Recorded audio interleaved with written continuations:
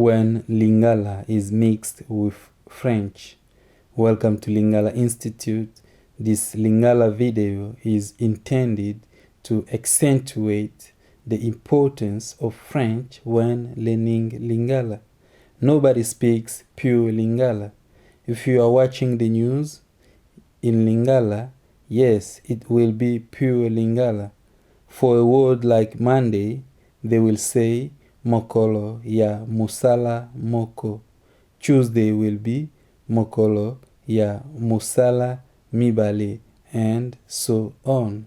Saturday stays Mokolo ya Mpóso, and Sunday is Lomingo. Most people will say Lundi for Monday. Lundi is a French word. It means Monday. Some people may say Mokolo ya yambo or Mokolo ya liboso. Part 2. Eza obligatoire te.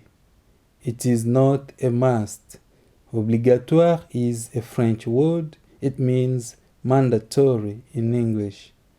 Olobi, eloko, moko ya bien. You said a nice thing. Bien is a French word. It means good, well, or nice in English. Thank you so much for watching. Our main website is called lingalainstitute.com.